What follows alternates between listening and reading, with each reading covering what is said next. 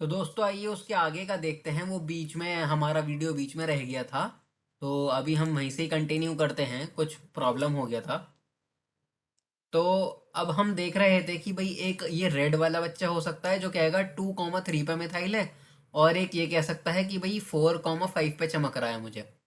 तो अभी हमने दूसरा पॉइंट क्या देखा बच्चे? Lowest locant rule, that is the functional group और the methyl ethyl alkyl group should occur at lowest position. तो आप 2+3 करके देखोगे तो बच्चे क्या आएगा? आपका 5 आएगा। जबकि आप 4+5 करके देखोगे तो कितना आएगा? आपका 9 आएगा।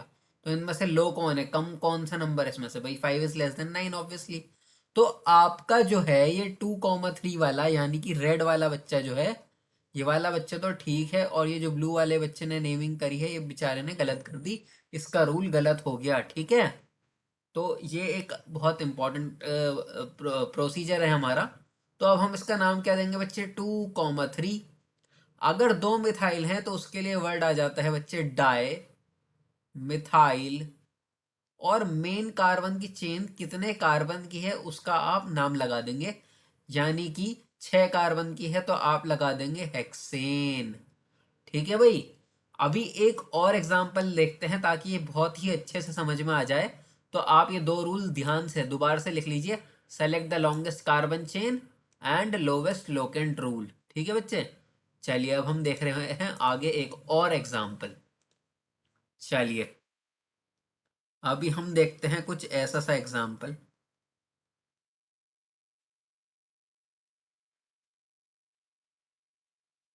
अब हमने कुछ ऐसा बना दिया,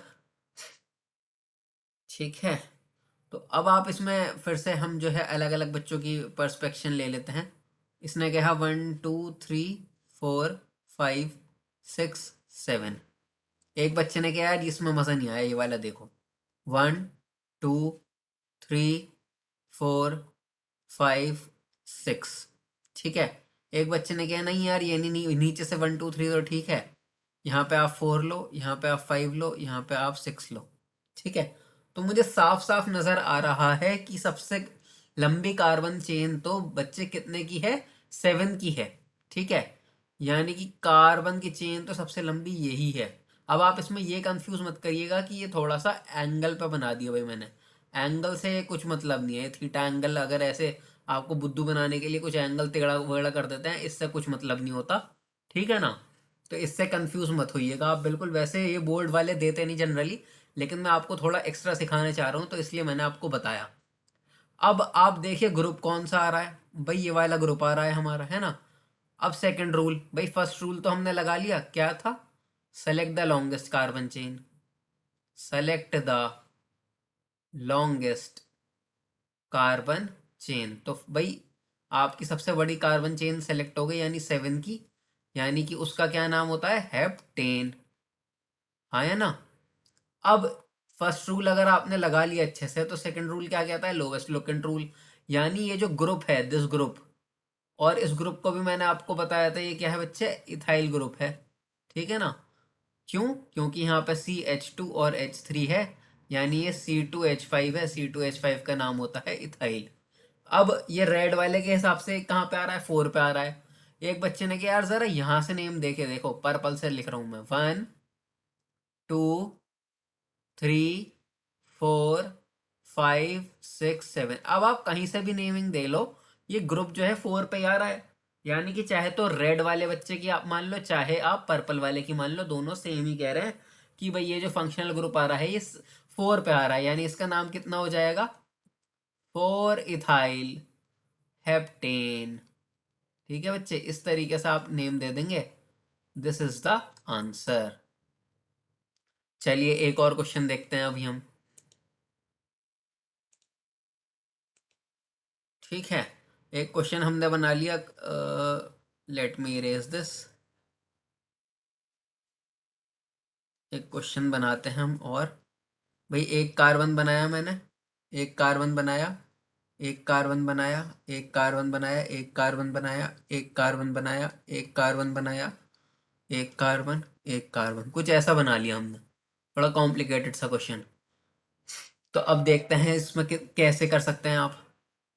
भाई मुझे जो है इसमें 1 2 3 4 5। एक तो ये दिखा, 1 2 3 यहीं तक लिया मैंने, 4 5 4 5। भाई 5 से बड़ी कार्बन में ढूंढ ही नहीं पा रहा कार्बन की चेन, ठीक है ना। आप कैसे भी लेके देख लेना, आप 5 से बड़ी ला नहीं पाएंगे इसमें। तो हम इजीनेस के लिए अभी ये ले लेते हैं, जिसको मैं ऑरेंज से मार्क कर रहा हूँ कि भाई ये हमने मार्क कर ली, ठीक है। अब जरा आप ये देखिए 3 पे कौन कौन से ग्रुप लगे हुए हैं। ये जो येलो से मार्क किया, ये ग्रुप लगा हुआ है मैंने, यानी ये 3 पे 2 इथाइल ग्रुप लगे हुए हैं। ये जो येलो वाले हैं ये क्या है, इथाइल ग्रुप है बच्चे, क्योंकि इसका ये क्या है, C2H5 है ना। तो इसका नाम क्या हो जाएगा, 3,3 डाई इथाइल। डाई क्यों, क्योंकि 2 बार लगा हुआ डाई इथाइल पेंटेन, सिंपल, ठीक है। चलिए एक और देखते हैं।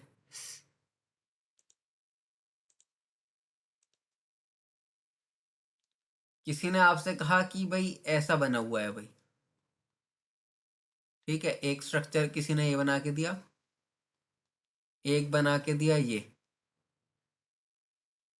ऐसा टेढ़ा बना के दे दिया कुछ, ठीक है। और एक हमने बना के दे दिया भाई नीचे को, नीचे को, ठीक है।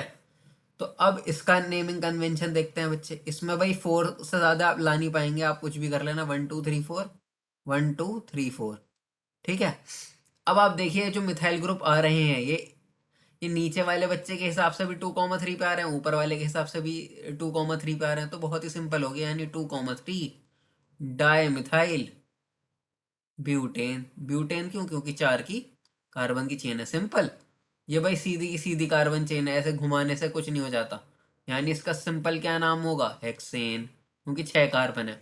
अब इस वाले में कुछ बच्चे गलती कर देते हैं, वो कहते हैं ये 4 कार्बन की हमारी चेन हो गई, ये 1 2 3 4 5 6। एक तो ये बच्चा कहता कि ये 6 कार्बन की चेन है, लेकिन एक बच्चा क्या कहता कि भाई मुझे तो ये 6 की नहीं दिख रही, 1 2 3 4 की दिख रही है, और 1 पे क्या लगा हुआ है उसके अकॉर्डिंग, ग्रुप लगा हुआ है, और 4 पे क्या लगा हुआ है, ग्रुप लगा हुआ है। तो दो बच्चे आते हैं यहाँ पे, रेड से मैंने लिखा। एक बच्चा कहता भाई 1,4 डाई मिथाइल ब्यूटेन, एक बच्चा कहता ये, ठीक है। और एक बच्चा क्या कहता भाई 6 कार्बन की चेन है, यानी हेक्सेन। तो भाई हमने पहला रूल पढ़ा था क्या, कि भैया select the longest carbon chain. तो जब आप ब्यूटेन को सेलेक्ट कर रहे हैं, क्या आपने सबसे लंबी कार्बन की चेन सेलेक्ट करी, बच्चे नहीं करी, यानी आपने पहले रूल का फॉलो नहीं किया, यानी ये नेम 1,4 डाईमिथाइल ब्यूटेन IUPAC के अकॉर्डिंग गलत हो जाएगा, और हेक्सेन सही हो जाएगा। IUPAC भाई एक एसोसिएशन है जो ये रूल बनाती है, ठीक है ना, international union of pure and applied chemistry. ये 9th की बुक में भी लिखा हुआ है और 10th की बुक में भी लिखा हुआ है, ठीक है ना, NCERT में। तो ये बनाया ही क्यों गया, इसका थोड़ा सा और हम जो है रेफरेंस जान लेते हैं। भाई हमारे पास मान लीजिए 2 बच्चे हैं, 2 बच्चे कौन कौन है भाई, एक का नाम मान लो अदीब है, और एक का नाम मान लो तलहा है।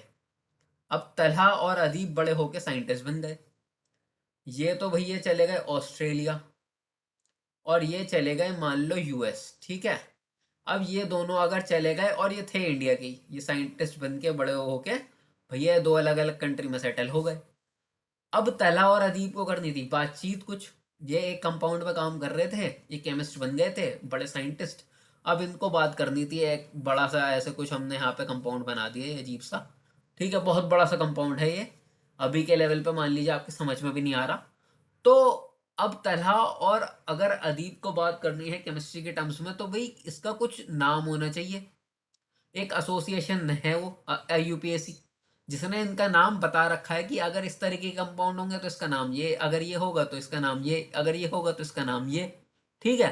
ताकि अगर बंदे अलग अलग कंट्री में हो, कहीं पर भी हो पूरे वर्ल्ड में, वो भाई बातचीत कर सकें कि भाई मैं इस पे काम कर रहा हूँ, तू इस पे काम कर ले भाई, ठीक है ना, मिलजुल के, कि भाई हम तो इस पर रिसर्च कर रहे हैं, आपने इस पर रिसर्च करी तो आपको क्या पाया, ठीक है ना।